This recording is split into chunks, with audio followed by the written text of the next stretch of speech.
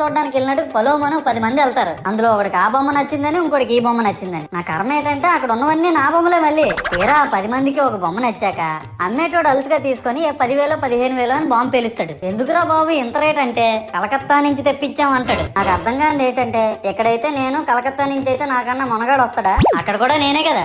ఇలా నన్ను బజార్లో పెట్టి బేరం ఆడి నా మొహానికి ముసుగేసి వ్యాన్ ఎక్కిస్తారు. ఆ వ్యాన్ డ్రైవర్ గాడు నేను ఉన్నానని కూడా చూడకుండా ఏదో ఆలోచించుకుంటా డ్రైవ్ చేస్తా గతకల్లో గబ్బి గుబ్బి అని తించేసి నా కాల్లో చెయ్యి ఎరగొట్టేస్తాడు. ఈ విషయం చందాలు ఇచ్చిన చిన్నోళ్ళకి తెలిస్తే మళ్ళీ ఇరిగిపోయిన బొమ్మ పెట్టకూడదని ఏ బొమ్మ రాసి కవర్ చేసేస్తాడు. సరేలే జరిగిందేదో జరిగింది, నా భక్తులే కదా, కూల్ బ్రో అని చిల్లయ్యే లోపు నన్ను పందిర్లో పెట్టి ముసుగు తీసి నాకన్నా పొడుగున్నే సౌండ్ బాక్సులు 2 నా చెవులు పక్కన పెట్టి డీజే గణేష్ బ్రో అని చెప్పి నా పాటలను కూనీ చేస్తారు. సరేలే పిల్లలు కదా, ఇప్పుడు కాకపోతే ఎప్పుడు ఎంజాయ్ చేస్తారు, కాసేపట్లో పూజ స్టార్ట్ చేస్తారని వెయిట్ చేస్తా ఉంటే ఆ 5 రూపాయల వ్రతకల్పన బుక్ చూస్తే అది ఎక్కడ లేని కోపం వస్తుంది. ఏరా నాకు అర్థం కాదు, ఎన్ని సంవత్సరాల